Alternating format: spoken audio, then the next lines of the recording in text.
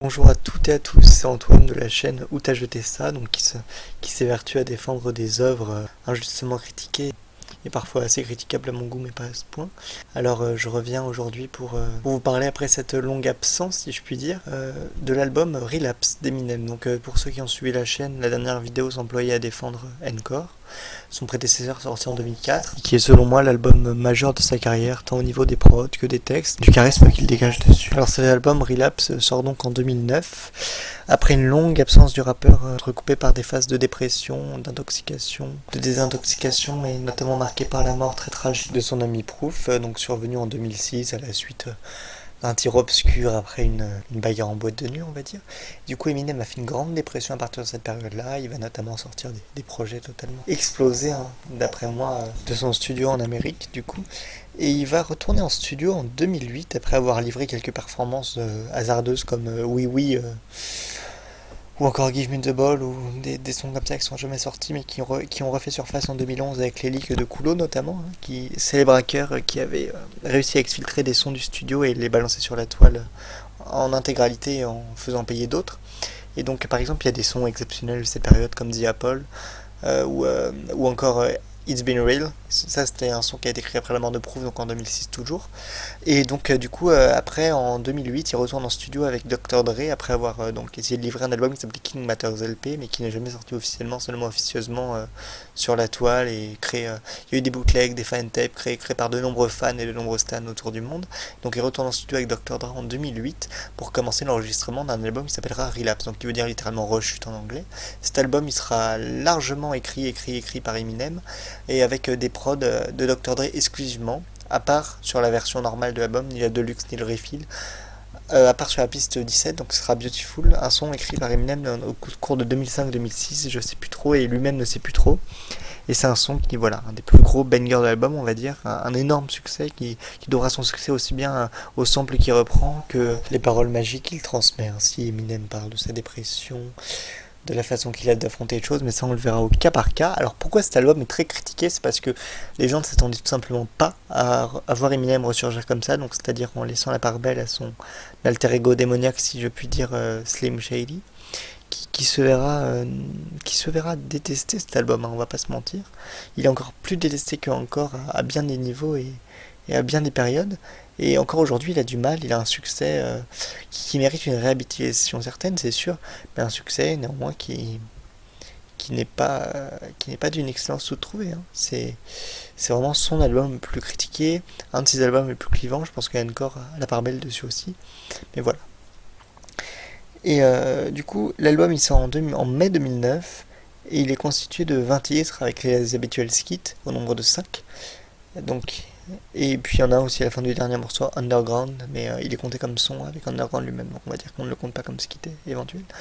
Donc l'album commence par un skit, Dr. West, qui met en scène un docteur et Eminem, donc au moment de son hospitalisation. Il y a un dialogue qui s'ensuit, le son dure une minute et quelques, et finalement Eminem pense qu'il est guéri, et bien pas du tout, parce que il devient fou, psychopathe, et voilà, il massacre le docteur en fin de compte. Donc c'est comme ça que s'ouvre l'album, donc ça annonce la couleur, ça sera un album violent, tragique, marqué par les démons d'Eminem, hein, qui l'ont toujours hanté, à savoir le personnage de Slim Shady, sa folie destructrice. Voilà, c'est quelque chose de très redondant, c'est un thème particulièrement abouti dans cet album. Et donc le skit, pour ma part, l'introduction est très réussie, bien mieux que d'autres qui avaient succédé.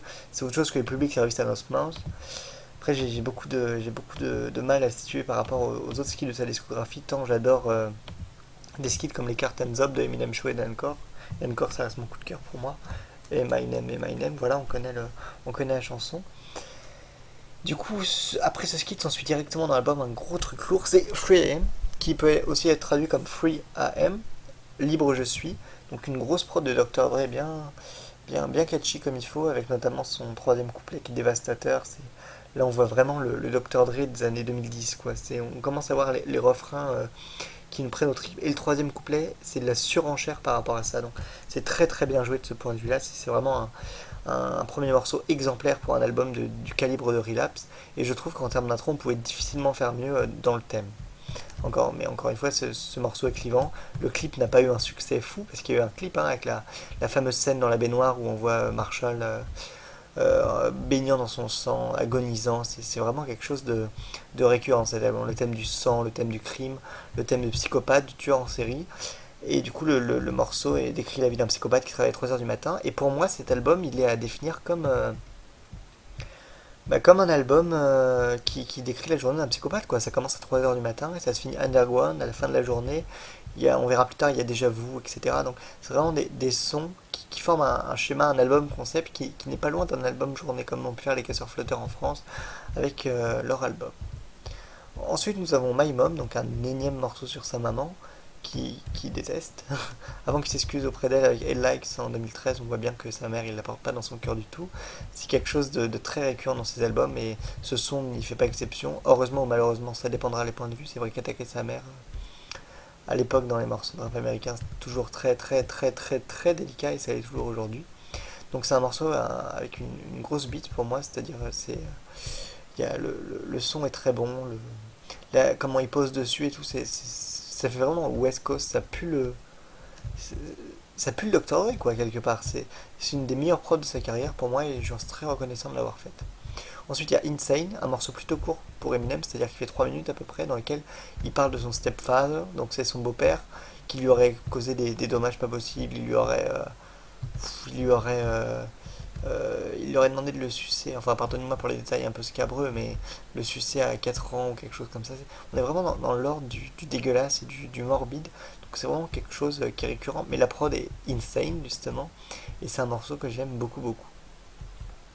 Ensuite nous avons droit à Backpage from Baghdad, donc les cornemuses de Bagdad littéralement.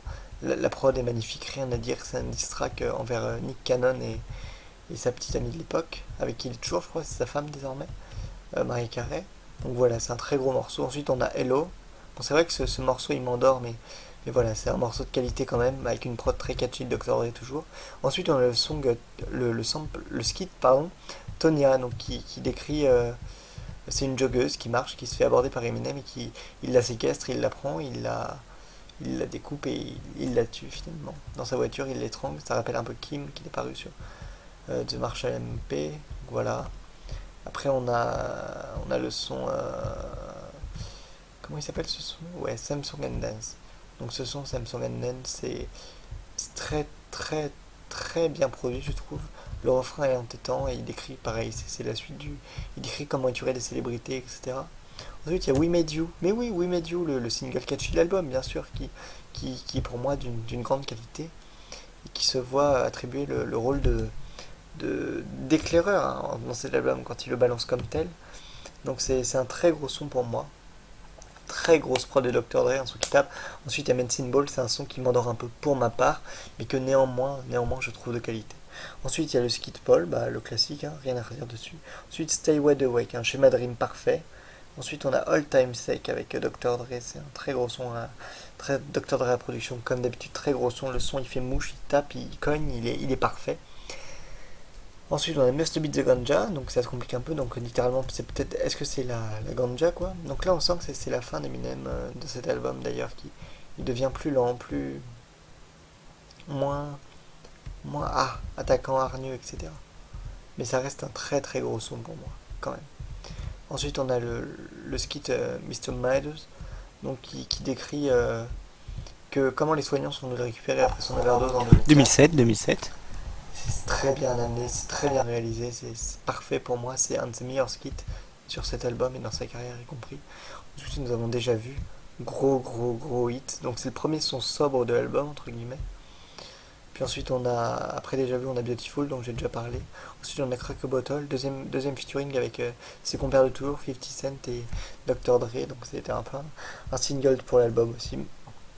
Ensuite, on a un skit, Steve Barman, donc le classique Steve Barman. Et ensuite, on a le son Underground, qui pour moi est un final majestueux. C'est très réussi les finaux comme ça.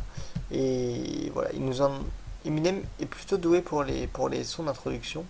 Et les finaux, à part Encore et Criminal, c'est pas son grand fort, on va dire. Mais celui-là, j'ai adoré. Et puis le skit qui tue après, c'est de la tuerie. Et c'est pas fini. Parce qu'il y a une version refill de cet album. Donc, comme vous le saviez ou comme vous ne le savez pas, peut-être. Il était censé y avoir un Relapse 2. Relapse 2, c'est voilà, Relapse 2, c'est un projet qui a été supprimé, des complications, qui a été des grosses contradictions avec son label.